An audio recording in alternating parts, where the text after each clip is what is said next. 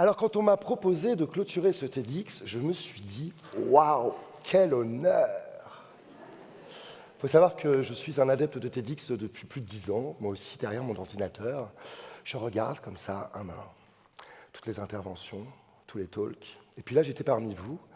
Et puis, une fois de plus, j'ai regardé toutes ces personnes et je me suis complètement retrouvé dans chacune d'elles, dans leur manière de voir la vie, dans leur manière d'envisager l'avenir, dans la manière de nous faire sourire, de nous faire rire, de nous émouvoir, de se questionner, de nous questionner.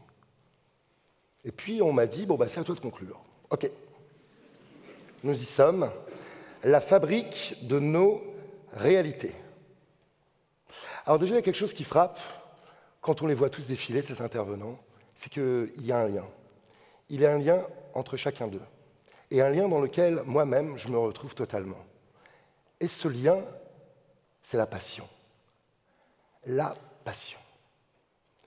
Alors qu'ils soient philosophes, économistes, chercheurs, danseurs, danseuses, clowns, fouilleurs de poubelles, disséqueurs de batteries, médecins, psychiatres, chacun ému par une passion qu'ils vont chercher dans leur histoire profonde, dans leur intimité, une passion qui les invite à se questionner, à nous questionner, à agir, une passion qui les relie aux autres et qui le relie au monde.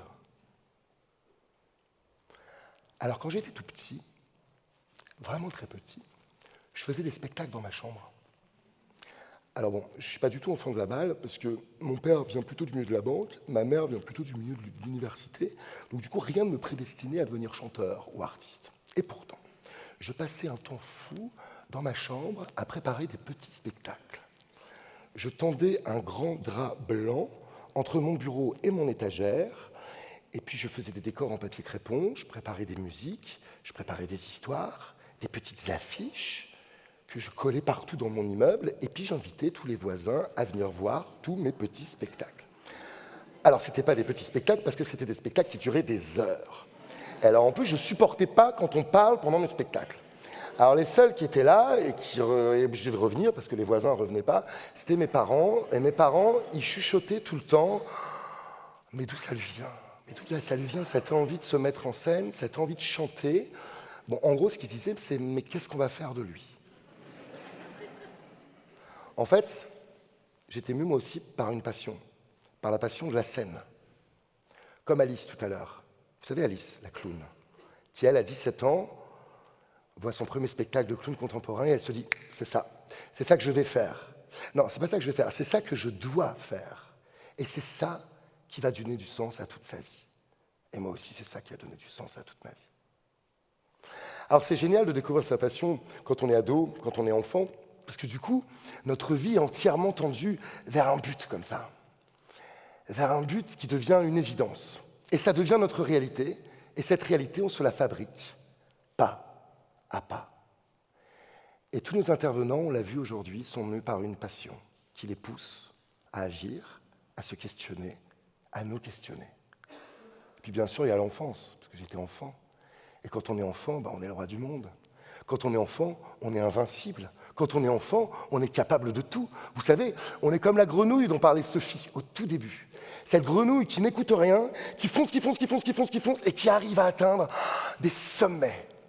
Et même si ce n'est pas des sommets, c'est pas grave. Ce n'est pas des sommets, on est enfant, on est quand même assez haut, et on le voit devant, son chemin, qui est tout tracé. J'étais jeune, j'étais fougueux. J'étais jeune et fougueux, et un jour, j'entends à la radio « Tomber du ciel » de Jacques Higelin. Alors là, comme Alice, c'est le coup de foudre. Je deviens instantanément fan. J'écoute tout, j'achète tous ses albums, je connais toutes ses chansons, je chante comme lui, je joue du piano comme lui, je m'habille comme lui, je me coiffe comme lui, je marche comme lui, j'ai les mêmes gestes que lui, j'arrive même à dégoter son numéro de téléphone personnel. Parce que quand on est fan de quelqu'un, forcément, on veut le rencontrer. Alors moi, je ne voulais pas le rencontrer pour des autographes, etc. Moi, ce que je voulais, c'était lui chanter mes chansons que je chantais au piano, comme lui. Alors j'avais son numéro de téléphone et j'appelais, et ça répondait jamais. Et puis un jour, j'appelle et il décroche. Alors là, je m'en souviens toute ma vie. Bien sûr, lui, extrêmement désagréable. Mais t'es qui, toi? On se connaît? Non, on se connaît pas. Où est-ce que tu as eu mon numéro? Comment tu as eu mon numéro? T'arrêtes d'appeler chez moi. T'appelles plus chez moi, ok? Et il raccroche. Alors là, je prends mon courage à deux mains, je prends le métro, et 45 minutes après, je débarque chez lui. Non, parce que j'avais aussi son adresse personnelle. Non, mais j'étais un vrai fan. Alors, je sonne, et là, je le vois, il est là, à la fenêtre en haut, il me regarde, il comprend direct qui je suis. Il me dit, c'est toi qui as appelé tout à l'heure? T'as du culot, toi. Hein? Bon, vas-y, rentre. Et me voilà chez Jacques Higelin. De la passion à l'idée, de l'idée à l'action, du rêve à la réalité. J'ai 15 ans. J'ai 15 ans et je lui chante mes chansons. Alors il écoute, il me dit qu'il aime, il m'encourage.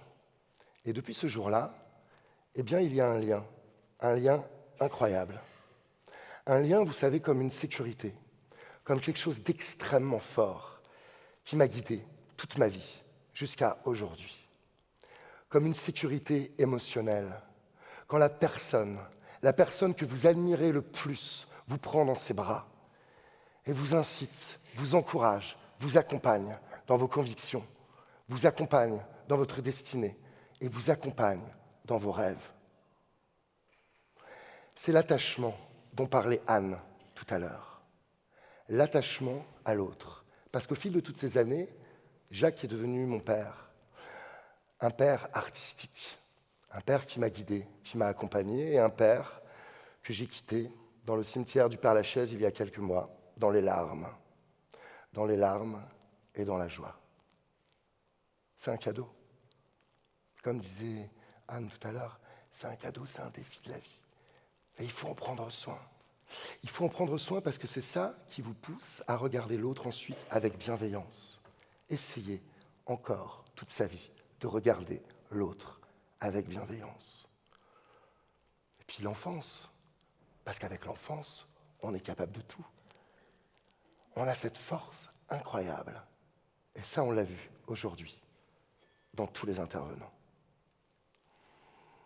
Ça, notre réalité intime, c'est notre conviction. C'est notre conviction, c'est nos rêves, Sophie le disait tout à l'heure, et c'est ce qui fait qu'on se fabrique au fur et à mesure une réalité rêvée, une réalité sublimée, et tout d'un coup, on arrive à la matérialiser. Alors plus tard, je traîne dans une MJC, et derrière la MJC, je vois un mec avec une crête sur la tête, avec des piercings partout, qui chante ça. C'est l'hymne de nos campagnes, de nos rivières, de nos montagnes, de la vie mal, du monde animal. Crie le bien fort, use tes cordes vocales. C'est l'hymne de nos campagnes. Bon alors là, c'est un second choc. En fait, je viens de voir Gizmo, je viens de rencontrer Gizmo, Manu, toute sa bande. Et alors là, on devient amis, on commence à faire de la musique. C'était il y a 25 ans. Et tous nos potes autour de nous disent « Ah mais c'est génial quand vous chantez, ça sonne terriblement, faites un groupe ». Ils créent le groupe et c'est les premières heures du groupe Trio. Alors, Trio, on est les enfants de Brassens, on est les enfants de Renaud, on est les enfants de Thiéphène et on est les enfants d'Higelin. Alors pour ceux qui ne connaissent pas, il y a une colonne vertébrale dans Trio. Quelque chose d'assez fort, c'est peut-être le côté politique et le côté écolo. Alors bien sûr, les chansons écologiques, et parler d'écologie, surtout en musique, je vous rappelle qu'il y a 25 ans, c'était complètement has-been. On disait, oui, alors les glaciers vont fondre, on dit il y a des espèces qui vont partir, on disait oui, et alors c'était en fait une réalité, mais c'était une réalité extrêmement lointaine. Alors en plus, nous, en musique, on était habillés avec des pantacourts, alors tout le monde nous prenait pour des fumeurs de joints, tu vois, on pensait qu'on habitait dans des tipis, au bord de feu, qu'on jouait de la guitare toute la journée en bouffant des graines, tu vois le genre. Et nous, on s'en fout, on fonce. On chante nos chansons, on y croit, c'est engagé, le public est là, et là on commence à faire des tournées, et ça dure, et quel plaisir, et c'est encore la passion. Et puis au bout d'un moment, Et assez rapidement, on décide de passer aux actes. Alors les actes, quand on parle et quand on passe pour un écolo, c'est par exemple faire le bilan carbone de la tournée. Parce que bon, les mangeurs de graines, quand ils tournent toute la journée dans leurs énormes tourbus et qui parcourent toute la France tous les jours, et l'énergie, on en dépense. Et là, je fais le lien avec Alex. Alex qui vient juste de passer. Vous savez, le disséqueur de batterie, le fouilleur de poubelles. Parce que nous, les batteries, je ne sais pas si vous savez, mais sur une tournée, alors là, les piles, il y en a. Vous savez qu'il y a des piles partout. Il y en a dans les micros, il y en a dans les chefs, il y en a dans les packs, il y en a dans les guitares. Et puis, ça, c'est pour chaque musicien, plus les techniciens. Puis, alors, vous savez, les piles en plus, je ne sais pas si vous savez, on ne les utilise pas jusqu'au bout. Parce qu'on ne va quand même pas prendre le risque que le micro du chanteur s'arrête en plein milieu du show pour aller jusqu'au bout de la pile. Alors, du coup, on se retrouve avec des milliers de piles. Et alors, elles sont là comme ça. Alors, bon, nous, notre solution a été quand même plus facile à trouver que celle d'Alex. Nous, c'était chargeur de piles. Alors, c'était des dizaines et des dizaines de chargeurs de piles sur le côté de la scène qui, toute la journée, fait ça. Alors, aujourd'hui, ça paraît basique. Il y a 20 ans, ça l'était quand même un petit peu moins. Alors Alex, c'est ça. Alex, c'est quelque chose qui nous paraît, nous, complètement naturel, complètement habituel, jeté. Et alors lui, il va essayer de disséquer tout ça, de comprendre le fonctionnement, et il va essayer de trouver une solution pour ne plus jeter ce qui contient encore de l'énergie. Comme nous, aujourd'hui, on va essayer de garder, de ne pas jeter toute cette énergie qu'on a eue pendant ce TEDx. Essayez de penser autrement. Pareil à l'époque, je ne sais pas si vous vous souvenez. Nous, on faisait des tournées dans les zéniths, et à la fin des concerts, je ne sais pas si vous vous souvenez, dans les fosses, les jeunes savent pas, et dans les fosses, c'était jonché de gobelets en plastique. Et il y en avait partout. Alors ça, c'est pareil. Très vite, on se disait, bon, on va faire autrement. On avait nos gobelets recyclés, avec marqué Trio dessus. On a embauché une personne, on a pris un camion, on a acheté des tas de lave-vaisselle. On mettait les lave-vaisselle dans les camions, et à chaque fois, tous les jours, dans les zéniths, on les ressortait. Et on lavait les gobelets, et on les lavait. Alors du coup, on a prouvé que c'était viable économiquement. Du coup, on avait une personne en plus sur la route. Les gens, soit ils partaient avec leurs gobelets, soit ils nous les donnaient, ça faisait de l'argent, ça payait l'emploi. Et donc voilà, et c'était possible. Alors aujourd'hui, je vous dis ça, ça vous paraît complètement basique, parce que tous les festivals le font, et même les zéniths se mettent à le faire. Mais il y a 20 ans, c'était beaucoup moins évident. Penser autrement, croire en ce qu'on fait et faire ce que l'on croit. Et être responsable de ce qu'on laisse derrière nous. Lauriane, tout à l'heure, nous a rendus responsables d'un paysage de montagne. Avec une question sur notre faculté à agir face à la crise écologique. Et en filigrane, une autre question bien plus importante encore, qui est: est-ce que la crise écologique nous laisse le choix ? Agir. Lauriane nous l'expliquait tout à l'heure, agir en fonction de nos valeurs, des valeurs fondamentales qui sont extrêmement ancrées en nous. Ce sont des valeurs inviolables, et ce sont ces valeurs qui vont nous guider dans notre action. Pour Pierre, là, on est au pied de la montagne. Pierre, qu'est-ce qu'il avait le trac ? On est au pied de la montagne et il sera bientôt trop tard pour agir et pour sauver l'humanité. Du coup, ça nous impose de produire plus avec moins. Ça nous impose d'unir nos forces, d'unir nos actions. Alors voilà, l'histoire de Pierre, elle est géniale parce que Pierre, il a quitté sa vie citadine, il a quitté ses sociétés, et je vous assurer qu'il revient de loin, vous lui en parlerez tout à l'heure. Et il a retrouvé son village natal, il est revenu à la nature, il est revenu aux sources, et voilà. Il a pris ce qui existait déjà et il en a développé un concept durable, un concept profondément moderne, l'aquaponie. Alors on peut le regarder comme un illuminé, il reste artisan. Ça reste un artisan d'une nouvelle réalité. On peut le regarder comme un illuminé, je pense qu'il est à la source d'une nouvelle manière de produire et d'une nouvelle manière aujourd'hui de consommer.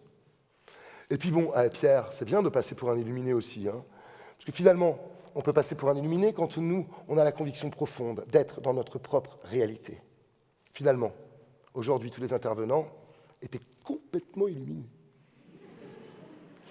Et je vais vous dire quelque chose, c'est à moi de vous le dire. Parmi tous ces intervenants, aujourd'hui, il y avait un imposteur. Il y avait un comédien. Il y avait une personne qui vous a fait croire qu'elle était ce qu'elle n'était pas et qui vous a complètement mené en bateau.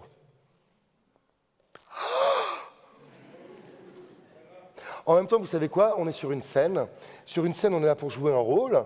alors bien sûr, sur une scène, tout est possible. Et puis vous aussi, en tant que public, vous avez un rôle. Vous aussi, vous avez un rôle de ne pas tout prendre pour argent comptant, d'exercer votre bon sens. Benoît nous l'a expliqué tout à l'heure, avec l'essor de cette technologie, l'intelligence artificielle, et de dire que l'essor de cette technologie allait nous imposer à tous d'exercer notre capacité critique individuelle, notre sens commun. Bon alors, c'était qui l'imposteur? Il y en a qui veulent balancer, c'est ça, hein? Elle t'est dit que c'est de l'arnaque. Non, non, non, non. Vous savez, si on ne sait pas ce qui est faux, on ne peut pas savoir ce qui est vrai. Je vous rassure. Aujourd'hui, tout était vrai. N'en doutez pas. Regardez le monde tel qu'il est, et non pas tel qu'on se l'imagine.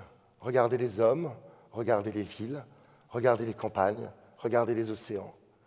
Avec Hugo vers l'homme. Putain, le nom, vers l'homme, ça ne s'invente pas, vers l'homme. Hugo nous parle d'un proverbe hawaïen, et ce proverbe nous dit « ne tourne pas le dos à la mer ». Et il nous dit aussi « jamais la mer n'a eu autant besoin de nous et jamais nous avons eu autant besoin de la mer ». Il nous parle de ces magnifiques initiatives, toutes ces initiatives, et on le comprend. On le comprend que chaque goutte d'eau compte. C'est le principe des petites victoires. Il y a quelques semaines, j'étais au Maroc avec le mouvement Colibri. Le mouvement Colibri, c'est un mouvement qui a été initié par Pierre Rabhi, Cyril Dion et bien d'autres. Et ce mouvement a été inspiré par une légende amérindienne que je vais vous conter si vous ne la connaissez pas. Cette légende raconte: un jour, il y eut un grand incendie. Tous les animaux étaient apeurés, tous les animaux étaient terrassés. Tous sauf un, le petit colibri. Et le petit colibri va chercher quelques gouttes avec son bec qu'il ramène comme ça sur le feu. Alors, au bout d'un moment, le tatou, pour qui cette agitation semble bien dérisoire, s'adresse au colibri et lui dit « Colibri, tu sais que tu ne vas pas pouvoir éteindre le feu avec ces petites gouttes. » Et le colibri lui répond « Je le sais, mais je fais ma part. » Alors aujourd'hui, nous sommes tous des petits colibris face au défi titanesque qui nous attend. Notre éthique doit rester intacte. L'impossible, l'imprévisible peut devenir réalité. Pour vous dire aussi qu'il faut vivre et qu'il faut croire en ses passions, qu'il faut croire en ses rêves, qu'il y a des codes, oui, mais que ces codes sont faits pour être bousculés, malmenés. Je finirai par une intervention qui m'a profondément touché, et je pense vous aussi, celle de Céline. Et Céline, c'est un véritable pied de nez à la vie. De la voir s'épanouir, danser devant nous, danser pour nous, avec une envie comme ça, de la prendre très très fort dans ses bras et de la serrer comme ça très très très très très très fort. Entendre ces enfants nous rappelle que si nous sommes là aujourd'hui, c'est pour construire leur réalité. Nous sommes là pour eux. La route est très, très, très longue. Mais le futur est extrêmement réjouissant.